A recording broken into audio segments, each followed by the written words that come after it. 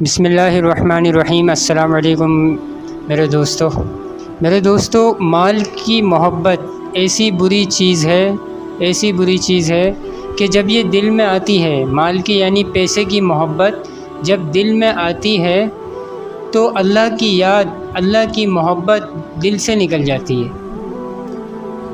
اب آپ سوچیں کہ اللہ جو ہمارے خالق ہیں، مالک ہیں، رازق ہیں، اور ہمیں کیا پوری کائنات کے انسانوں کو روزی دیتے ہیں، اور ہر چیز کے خزانے اللہ کے پاس بھرے ہوئے ہیں، اور وہ اللہ ہمارے دل سے نکل جائیں، وہ اللہ کی محبت، وہ اللہ کی یاد ہمارے دل سے نکل جائے، یہ ایک مال کی محبت کی وجہ سے، یہ کتنی بری اور کتنی دکھ کی بات ہے، کتنے افسوس کی بات ہے۔ کیونکہ جس انسان کے دل کے اندر میرے دوستو مال کی یعنی پیسے کی محبت آ جائے گی تو وہ ہر وقت اس فکر میں رہے گا کہ میں کس طرح سے پیسہ کماؤں اور اس کو کیسے جمع کروں۔ اب پیسہ جمع ہو گیا تو اب وہ کہے گا کہ میں چیزیں خریدوں، زمین خریدوں، ایک خوبصورت سا گھر بناؤں، پھر گاڑیاں خریدوں، پھر اپنے گھر کے اندر وہ چیزیں لے کر آؤں، گھر کو سجاؤں تاکہ میرا گھر اچھا لگے، اندر سے بھی باہر سے بھی، اور دوسری خواہشات وہ جو ہے وہ پوری کرنے کی فکر میں رہے گا۔ یعنی اس کا دل اور اس کا دماغ ہر وقت کام میں لگے ہوئے ہوں گے، پیسہ کمانے میں، اس کو جمع کرنے میں، چیزوں کو حاصل کرنے میں اس کا دل دماغ سب مصروف ہوگا، دن رات مصروف ہوگا اور دن رات کام میں لگا ہوا ہوگا۔ تو اب اللہ کی یاد، اللہ کی محبت اس دل میں کیسے آئے گی؟ تو میرے دوستو، جس دل میں اللہ کی مال کی محبت آ جاتی ہے، اللہ کی محبت، اللہ کی یاد اس دل میں نہیں سماتی۔ اس بات کو ہمیں ذہن میں رکھنا ہے۔ اگر ہم چاہیں کہ مال کی محبت بھی ہو اور اللہ کی محبت بھی، اللہ کی یاد بھی ہمارے دل میں ہو جائے تو یہ ہو نہیں سکتا، یہ کبھی بھی نہیں ہو سکتا۔ آپ کر کے دیکھ لیں، پیسے کی محبت دل میں آتے ہی نمازوں سے، قرآن سے، ذکر سے، دعاؤں سے، سب سے انسان ہلکے ہلکے پیچھے ہونا شروع ہو جائے، سب سے پیچھے ہوگا۔ اور جیسے ہی پیسے کی محبت، مال کی محبت دل سے نکلے گی، ان سارے اعمالوں کے قریب آنا شروع ہو جائے گا۔ تو یہ اتنی بری چیز ہے۔ تو ہر مسلمان کو اس سے کوشش کرنی ہے کہ اپنے آپ کو بچانا ہے کہ اس پیسے کی، مال کی محبت، چیزوں کی محبت ہمارے دل میں نہ آ سکے کسی طریقے سے۔ تو اس کا سب سے پہلا جو نقصان ہے وہ میرے دوستو وہ یہ ہے کہ انسان مرنے کے بعد جب اللہ کے پاس جاتا ہے تو وہ انسان جس کے دل میں پیسے کی محبت ہے وہ اس کو برا سمجھتا ہے کہ یار میں مر کے اللہ کے پاس چلا جاؤں گا، یہ سارا مزہ جو ہے نا میرے سے چھین جائے گا، جو میں ابھی حاصل کرتا ہوں پیسے سے وہ سب چھین جائے گا۔ اور آپ یقین کریں، جس شخص کے دل میں مال کی محبت ہے، آپ 10 منٹ اس کے سامنے بیٹھ کر مرنے کی بات کر کے دیکھ لیں ذرا۔ وہ 10 منٹ بھی بہت مشکل ہے کہ آپ کی بات کو سنیں، 10 منٹ۔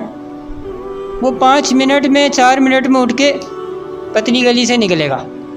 کیونکہ اس نے سوچا ہی نہیں ہے مجھے مرنا ہے، اس نے ایسا کبھی سوچا ہی نہیں ہے۔ آپ اس کے سامنے مرنے کی بات کر رہے ہو کہ مرنا ہے، اللہ کے پاس جانا ہے، حساب کتاب ہے، قبر میں جانا ہے، فرشتے آئیں گے، سوالات کریں گے، اور دوسری گھاٹیاں ہیں وہاں سے گزرنا ہے۔ وہ یہ باتیں اس کو نہیں سمجھ آئیں گی کیونکہ اس کے دل میں پیسے کی محبت جو ہے۔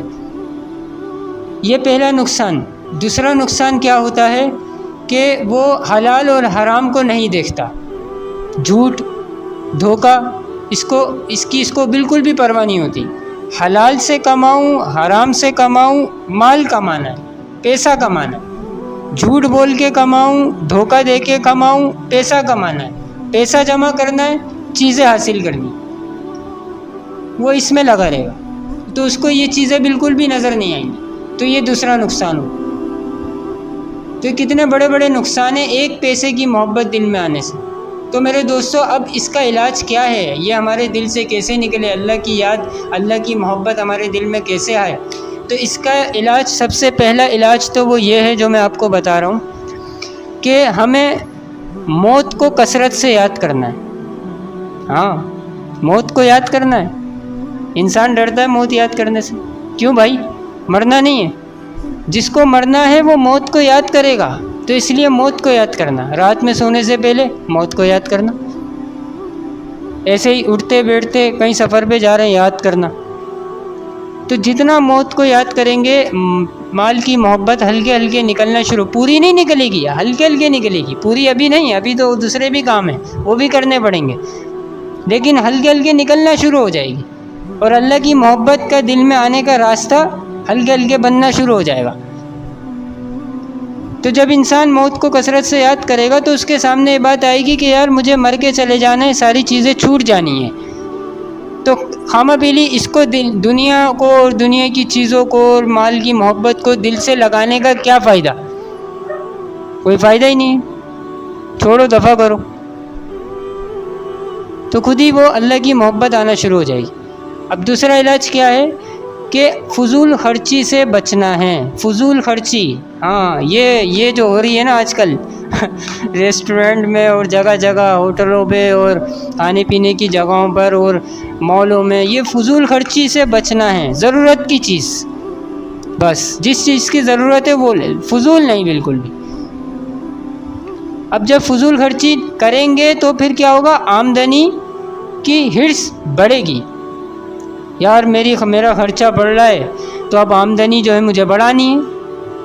اب ہرس سے سب خرابیاں پیدا ہوتی ہیں. جب ہرس دل میں آتی ہے، جب انسان کو ہرس ہوتی ہے تو اس سے ساری خرابیاں پیدا ہونا شروع ہو جاتی ہیں.